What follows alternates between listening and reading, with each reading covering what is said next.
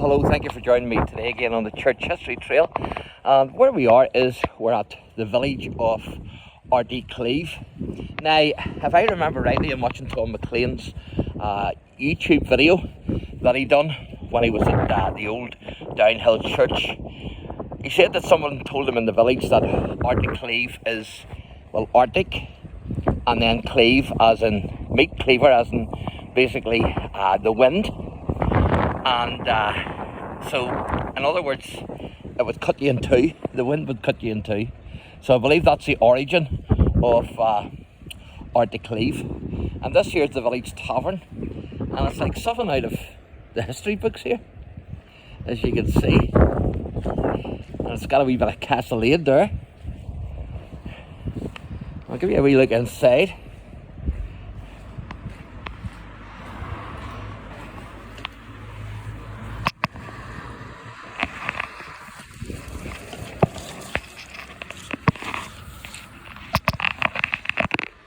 That's about the best I can get it for you. So it's like, it's definitely like something out of the history books, there's no doubt about that.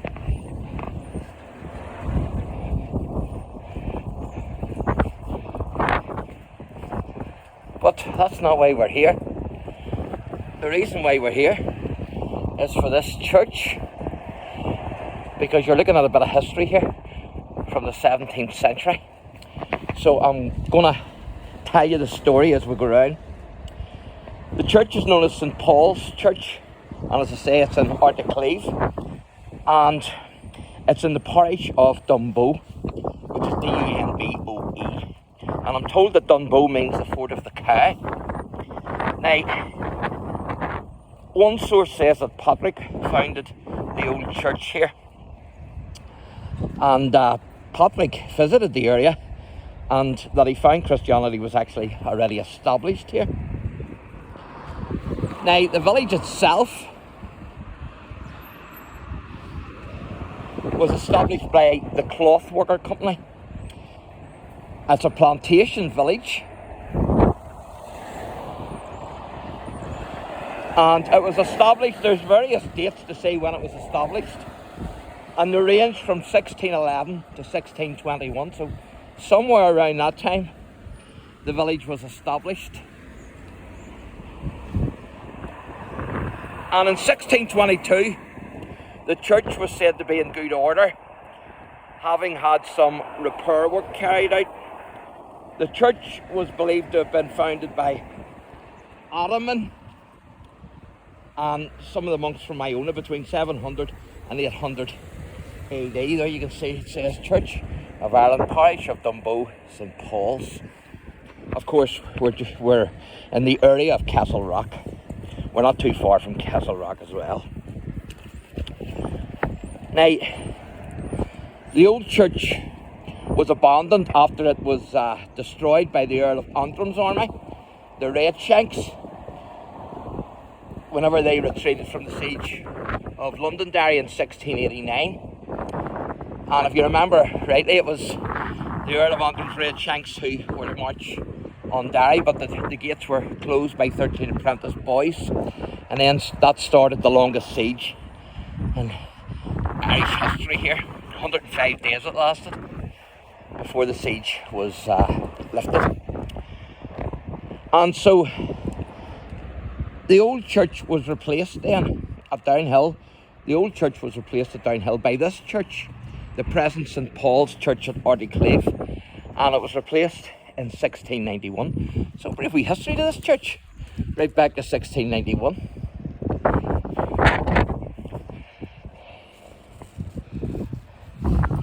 You see a sundial there. Give you a wee closer look at that.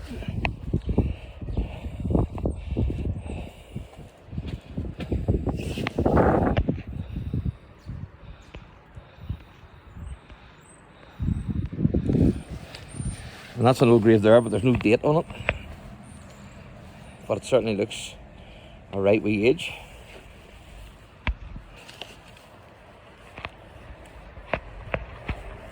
Now, the old church ruins at Downhill can still be seen on the estate, and I'm hoping to get there later to do a wee video And so the new church of St. Paul's then was built during 5 troublesome times here in Ireland, during the Williamite Jacobite wars in Ireland.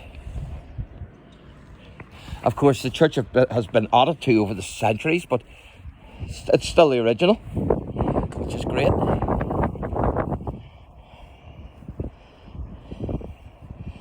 And it was a certain Captain Jackson who actually gave a grant.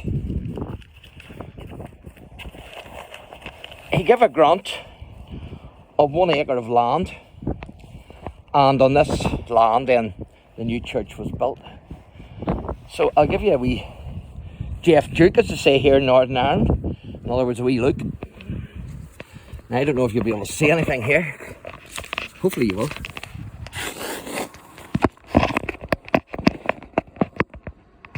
See a bit?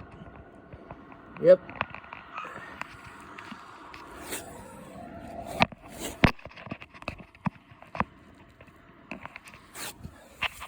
Now,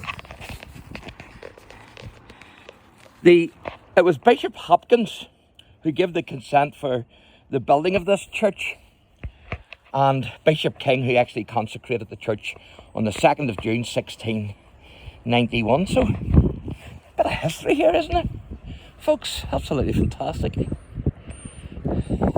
I'll give you a wee look in that one light. Don't know if we'll see anything exciting in there or not. Sometimes you see old memorials and stuff. No, it doesn't look like it. It's the stairs, I think. Yep, it's the stairs. But this thing here is interesting, because this is not just a memorial, it's a grave. So it is. And it's actually the grave of John Hayden. John Hayden was archdeacon here of this church. And he was born in County Kilkenny in 1794. He died in 1855. He was educated at Trinity College in Dublin, and he was archdeacon of Derry from 1849 until his death in 1855. So I'll try and read this out, tell you the best I can. Here lie the remains of the Venerable John Hayden, sometime archdeacon of Derry, who departed this life on the 10th day of March 1855, aged 61 years. And then the other writing's a wee bit hard to make out, but you get the drift anyway. Fantastic, isn't it? You certainly do get the drift. So there's another archdeacon I want to show you, and he's at the front of the church. You can see the way all this area is built up now. And I would assume over there is Portrush by the sea.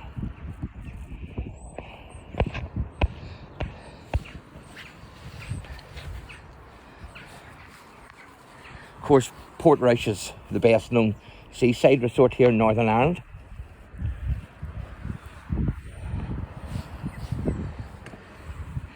And it had the famous Barry's Amusements, but now it's still an amusement, but it's some other group now has taken that over. The sun doesn't blind you here. It's good to see the sun out. There was a heavy shower there earlier. So I'm going to do a few videos. Of course, in the next video I'm going to do here, it's of John Thompson. And John Thompson actually wrote an eyewitness account of the bombardment of Fort Sumter in 1861, which was the torch that lit, or was, should I say, the match that lit the American Civil War. So stay tuned for that one.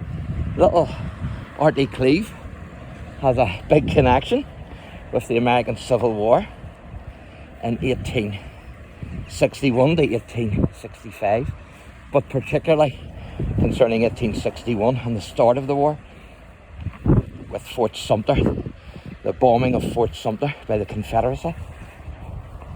So pretty cool. So these are the two graves here that I want to show you. And it's been a bit wet here, so I'm hoping we'll still be able to read this. It says there, sacred to the memory of William Thomas Munsell, eldest son of Reverend T.B. Munsell, who was Archdeacon of Derry. Parted this life 2nd of October 1833, aged 23 years. So he was the, that was in memory of William Thompson Munsell. He was the eldest son of the Reverend T.B. Munsell, who was the Archdeacon of Derry. So that's 2 archdeacons we have buried here. And then this one here says, here lie the remains of the Venerable Thomas Bewley, I think that is, Munsell. Or is that Bailey? No, I think it's Bewley. Munsell, AM, who was for 26 years Archdeacon of Derry and Rector of Dumbo. He died on the 25th of November 1846 in the 65th year of his age. Isn't that fantastic? Absolutely fantastic. So you have 2 archdeacons and the son of an archdeacon, T.B. Munsell, son as well. And then that's the archdeacon himself. So there you go. So that's amazing, isn't it? So that's the church. And then that's the 2 graves. And this one here is the grave of the archdeacon. So thanks for watching, and God bless.